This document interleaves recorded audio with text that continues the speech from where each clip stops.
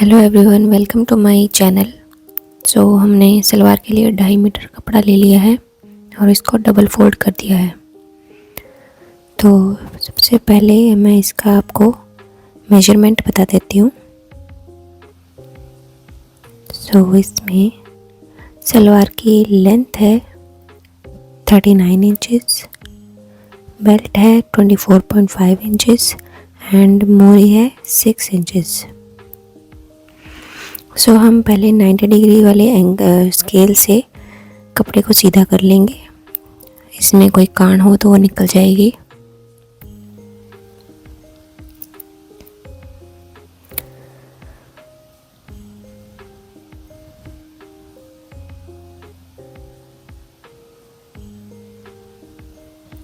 फिर हम 4 इंच ऊपर से निकालकर सलवार की लेंथ मार्क करेंगे 39 इंचेस, ऊपर से 4 इंच छोड़कर मार्क कर लेंगे और इसको आगे तक सीधा कर लेंगे। फिर हम सलवार के पल्लों के लिए जो मोरी उसकी 6 इंच है, तो हम पल्ले 12 इंच के कट करेंगे। 12 इंच मार्क कर लेंगे। यहाँ से भी 12 इंच मार्क करेंगे और इसे सीधा करके कट कर लेंगे।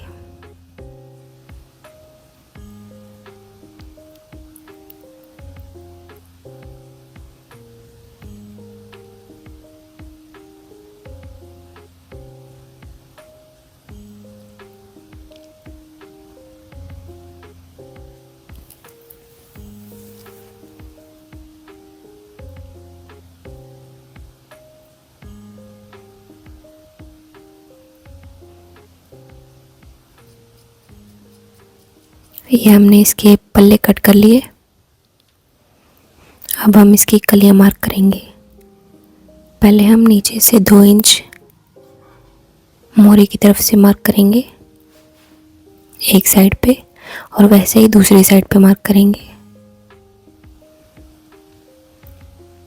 2 इंच।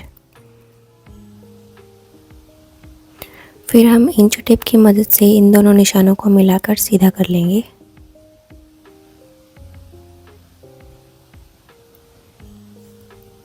और यहाँ से आसन का हम मार्किंग करेंगे, 10 इंच लेंगे। 4.5 इंच की हमारी बेल्ट होगी और 10 इंच ये, तो 14 इंच का हमारा आसन हो जाएगा। इसको हम कट कर लेंगे। ये 2 कलियाँ हमारे एक तरफ से कट हो जाएंगे।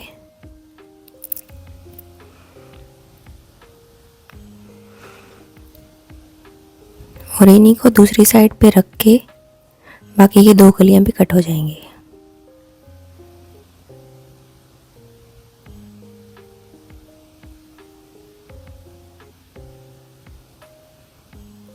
ये हमारी कलियाँ कट हो गई हैं। अब हम बेल्ट कट करेंगे। बेल्ट का मेजरमेंट हमारा था 25.5 इंचेस, लेंथ और ब्रेड्थ है हम 7.5 इंचेस रखेंगे। ये डबल हमने कट कर लिया है। और अब पोंचे हमने कट कर लिए हैं। पोंचे की लंबाई हमने रखी है 15 इंचेस और चौड़ाई आप अगर 3 इंच के पोंचे रख रहे हैं तो 4 इंच से ज़्यादा भी रख सकते हैं। 4 इंच मिनिमम होना चाहिए। तो अब हम बेल्ट स्टिच कर लेते हैं। पहले बेल्ट का जोड़ स्टिच कर लेते हैं। फिर इस अंदर वाले मार्जिन को हम अंदर की तरफ फोल्ड कर लेंगे ताकि हमें इसे इंटरलॉक ना करना पड़े और इससे फिनिशिंग भी अच्छी आती है। अंदर की तरफ फोल्ड कर लेंगे दोनों साइड से।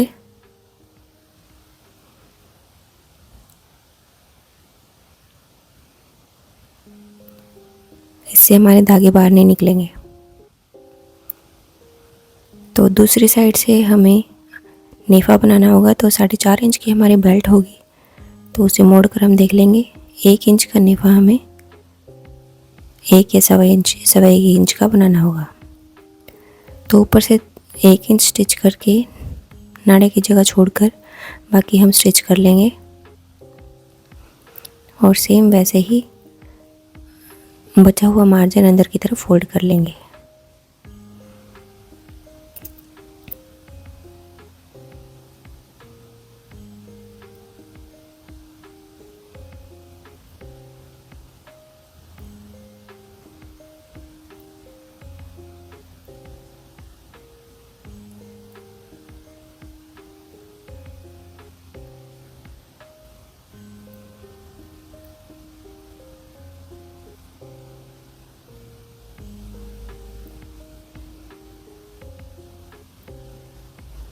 अभी हम इसको फोल्ड कर देंगे नेफे को। 4.5 इंच का बेल्ट हमें तैयार रखना है, तो उस हिसाब से इसको फोल्ड कर लेंगे और इसके किनारे पर स्टिच लगा देंगे।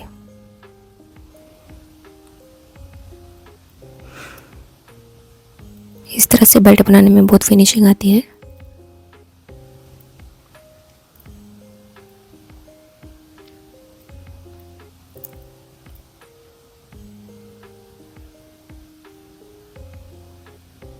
ये हमारी बेल्ट बन के तैयार हो गई है।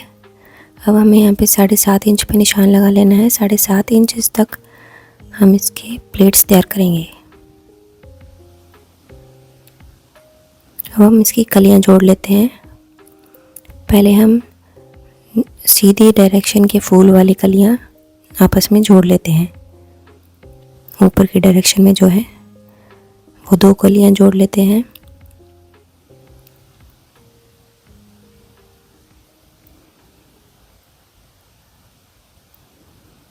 ऐसे ही हम बाकी की 2 कलियाँ जिसमें डायरेक्शन फूलों की उल्टी है, उन दोनों को आपस में जोड़ लेते हैं।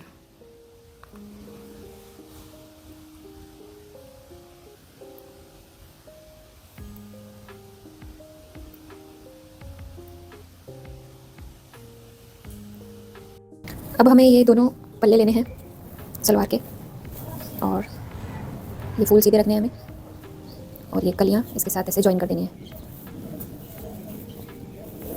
ऐसे।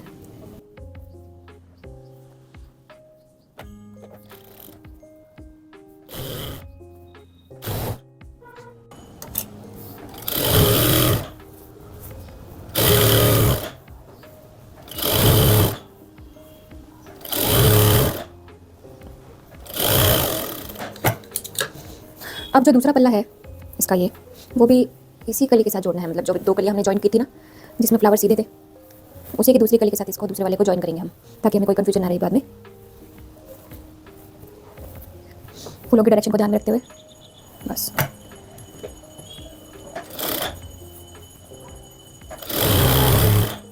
½ इंच का मार्जिन में रखना होगा हर सिलाई में।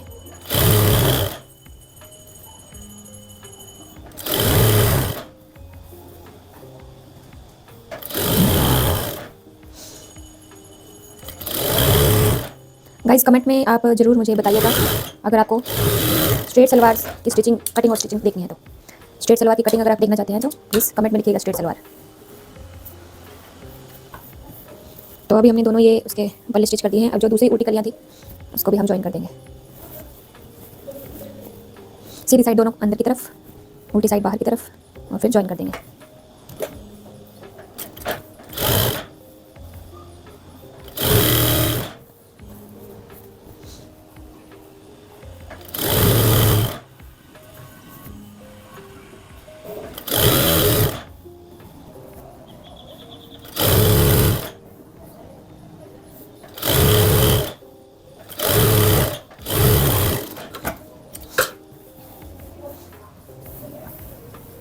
अब इसको इसके साथ जॉइन कर देंगे।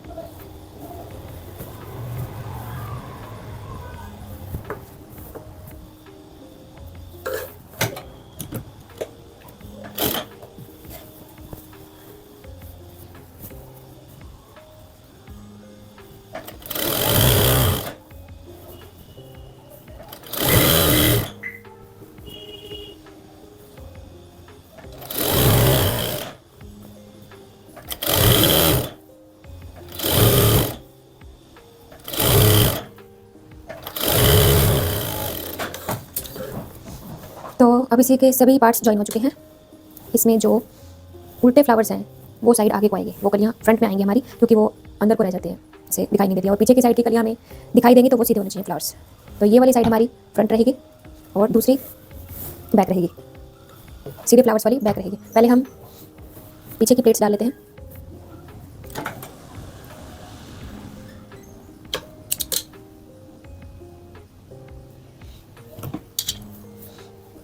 पीछे की प्लेट्स डाल लेते हैं बड़ी बड़ी, दो एक दूसरे की तरफ ऐसे, और इसके ऑपोजिट में दूसरी प्लेट।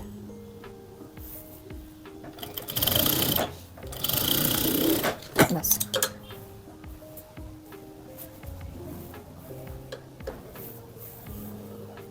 बेल्ट पे हम पहले से ही ये मार्क कर रखे हैं, मार्क कर लेंगे 7.5।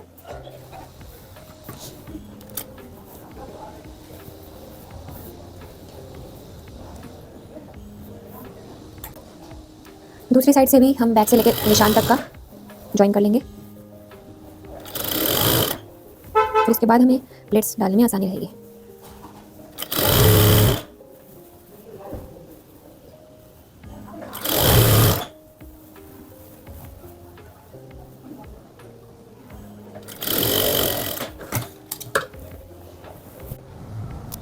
तो जैसे कि हमने पीछे से सेंटर से लेकर निशान तक हमने ज्वाइन कर लिया था, अब हम फ्रंट को सेंटर के सेंटर से मिलाकर बेल्ट का और कलियों का अब एक साइड की प्लेट्स डालना शुरू करते हैं।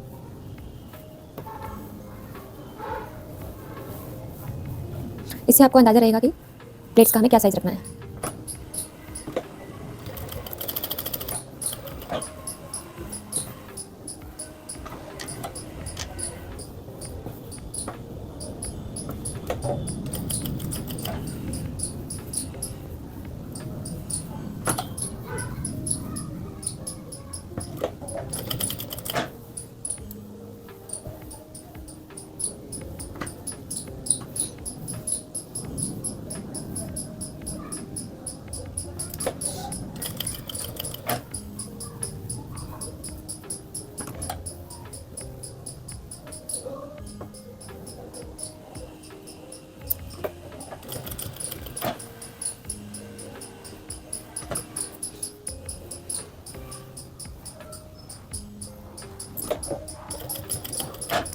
अब ये सिलाई वाला पार्ट आ गया है, इसको हमें प्लेट के अंदर लेना होगा इस तरह से।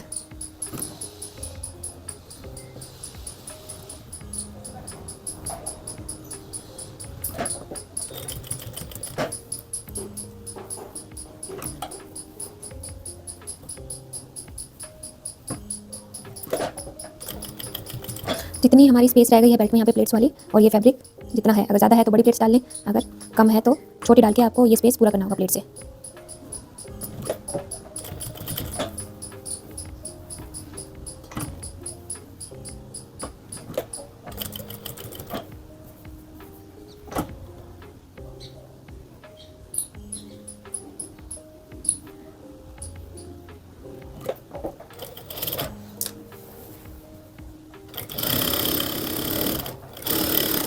एक साइड की प्लेट्स हमारी डल गई है, ये देख सकते हैं आप, इक्वल। अब दूसरी साइड की भी हम डाल लेते हैं इसी तरह से।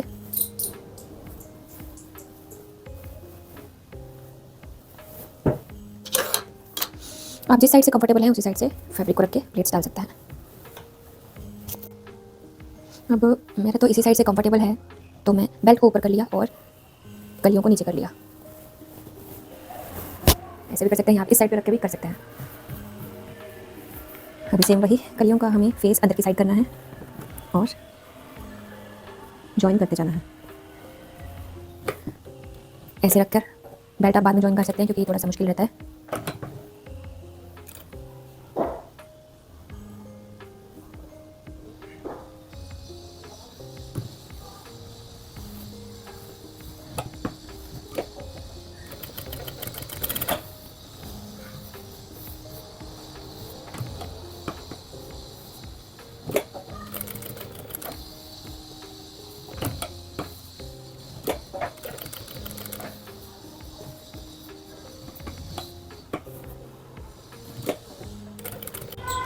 तो देख सकते हैं आप गाइस प्लेट्स। अभी हम इसके ऊपर से एक और स्टिच लगा देंगे, जिसको प्रेस स्टिच बोलते हैं, वो लगा देंगे। प्रेस स्टिच लगाने से पहले आप इंटरलॉक जरूर कर लें। सो मैंने इसको इंटरलॉक कर लिया है, देख सकते हैं आप। अब हम इसके ऊपर से प्रेस स्टिच लगा देंगे। ये जो फैब्रिक है इसको बेल्ट की साइड ऊपर की साइड करके फिर आप इसमें प्रेस स्टिच लगाना।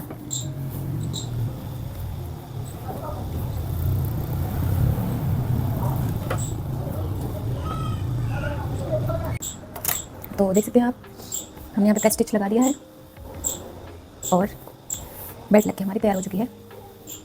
इसके बाद में हमें इसके पोंचे तैयार करने हैं। पोंचे के लिए हमने ये फैब्रिक कट कर रखा है, इस पर हम बुकरम पेस्ट कर देते हैं पहले। तो बुकरम पेस्ट करके फिर आपको दिखाते हैं। तो ये मैंने बुकरम पेस्ट कर लिया है दोनों पोंचों पर। इस पर एक साइड में मैंने 1/2 इंच मार्जिन रखा है अटैच करने के लिए, और दूसरी साइड हम इसको फोल्ड करके ऐसे स्टिच लगा देंगे। आप चाहे तो ये फैब्रिक पूरा ओवरलैप भी कर सकते हैं या फिर सिर्फ आधा इंच भी रख सकते हैं, आपकी मर्जी है। अगर फैब्रिक ट्रांसपेरेंट है तो कोशिश कीजिएगा कि ये पूरा ओवरलैप हो जाए। लाइट कलर में ज़्यादा प्रॉब्लम होती है, वरना तो चल जाता है।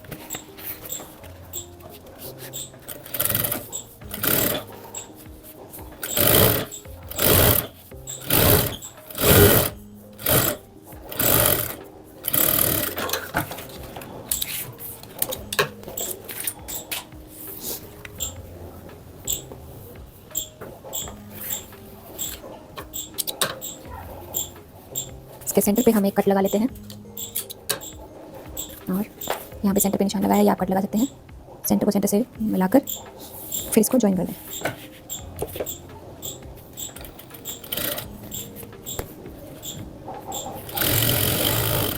बुकरम के ऊपर सिलाई नहीं आनी चाहिए, बिल्कुल उसके पास में सिलाई आनी चाहिए, इस तरह से। अब इसको पलट देंगे ऐसे अंदर की साइड, और सिलाई की चाल बारीक रखनी होगी हमें पोंचा बनाने के लिए। पहले हम इसको यहाँ से सिलाई लगा देंगे।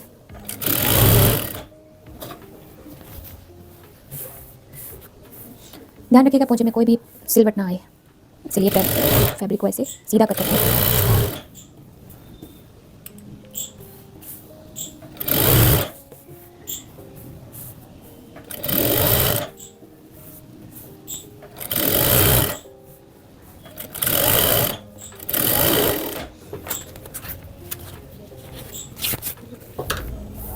मैंने ये बुकरम 3 इंच चौड़ी ली है, आप इसे 2.5 इंच भी रख सकते हैं, 1 इंच भी रख सकते हैं, जैसे आपकी चॉइस हो।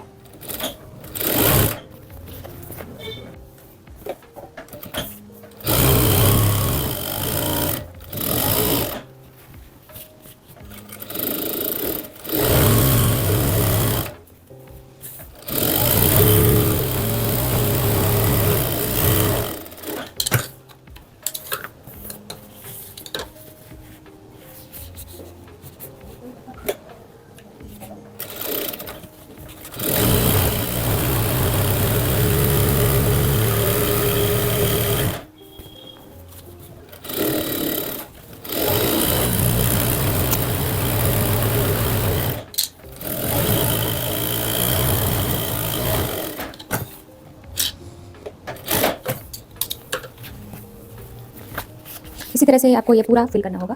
तो मिलते हैं फिल करने के बाद। तो ये आप देख सकते हैं सिंपल पोंचे मैंने तैयार किए हैं, आप इनमें कोई डिज़ाइन भी बना सकते हैं। कैसा लगा आपको बताना जरूर कमेंट में। अब ये पोंचे तैयार हो गए हैं, अब हम इसको ज्वाइन कर लेंगे मोरी का निशान लगाकर।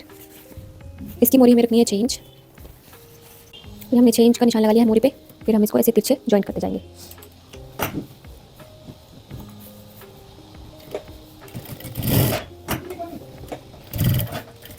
यहाँ से हम इसको रिवर्स देंगे, थोड़ा पक्की सिलाई करेंगे, बस इसको पक्का करते हुए जाएंगे और आगे सिलते जाएंगे तिरछा, इसको बराबर करके। थोड़ा थोड़ा हमें इसमें थोड़ा सा खींचना होगा, क्योंकि ये टेढ़ी सिलाई होती है तो खींच के धागे टूट जाते हैं। यहाँ से आसन से हम मिलाकर, आसन से कपड़ा मिला लेंगे और इसे ऐसे पकड़कर हल्का हल्का खींचना, ज़्यादा नहीं खींचना।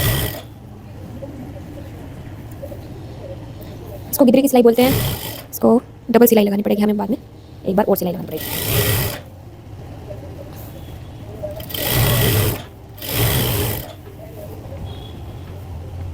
आसन को बराबर पकड़ के यहाँ से उतार लेंगे नीचे। फिर वापस यहाँ से मोरी पे हम निशान लगाएंगे दूसरी पर 6 इंच का।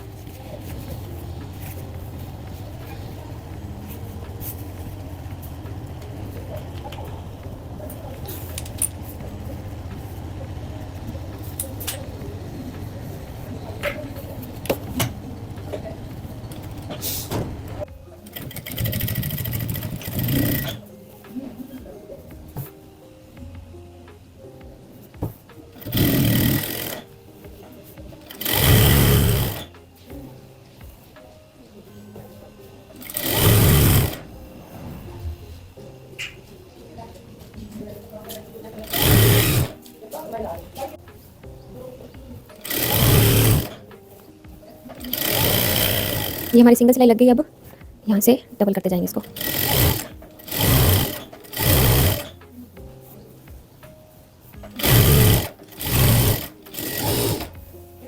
तो अब हमारी सलवार बनके रेडी हो गई है।